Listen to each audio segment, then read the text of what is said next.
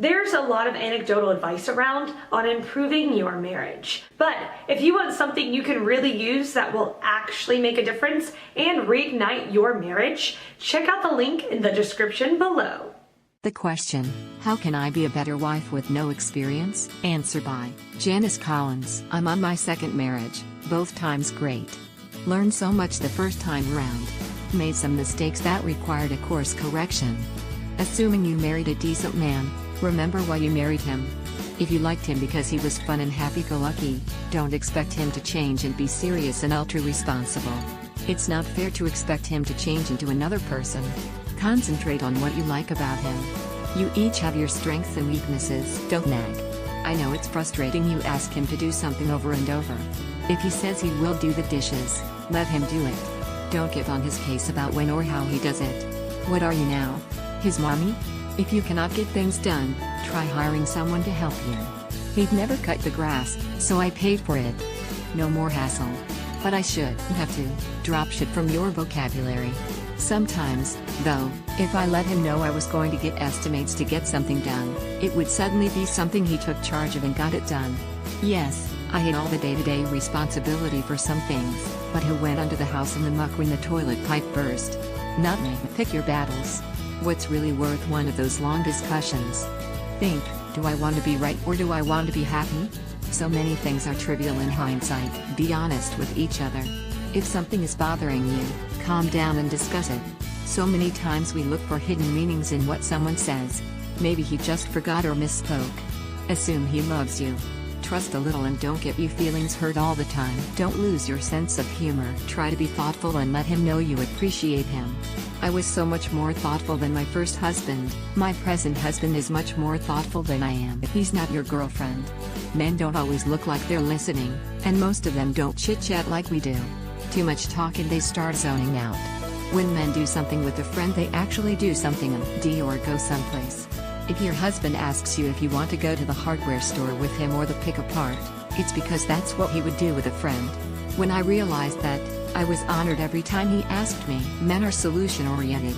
If you tell him about your problems, he's not going to sympathize like your girlfriend, he's going to try to solve it.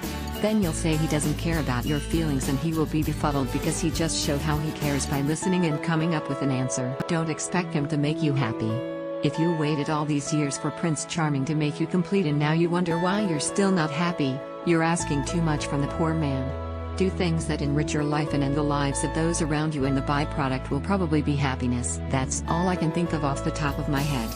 Of course, if you married a sadistic ass or a cheater or some other type of loser, all bets are off. Answer by Sharon Wolf, LCSWR. I'm not sure why you don't think you're not a good enough wife now, even if this is a new role for you. Being a good partner is something that we learn as we go along through the years by keeping open lines of communication with each other and by talking with each other non-defensively when things don't seem to be working. Marriage is pretty easy when things are going right. It's how a couple behaves when things are going wrong that tells what the future of what your marriage will be like. Developing good conflict skills is critical, so learn to fight fair. Take time to choose your words. Not easy when you are upset, so you know how to say something troubles you without blaming your partner. Build your discipline to have the presence of mind not to say things that are cruel just because you're angry.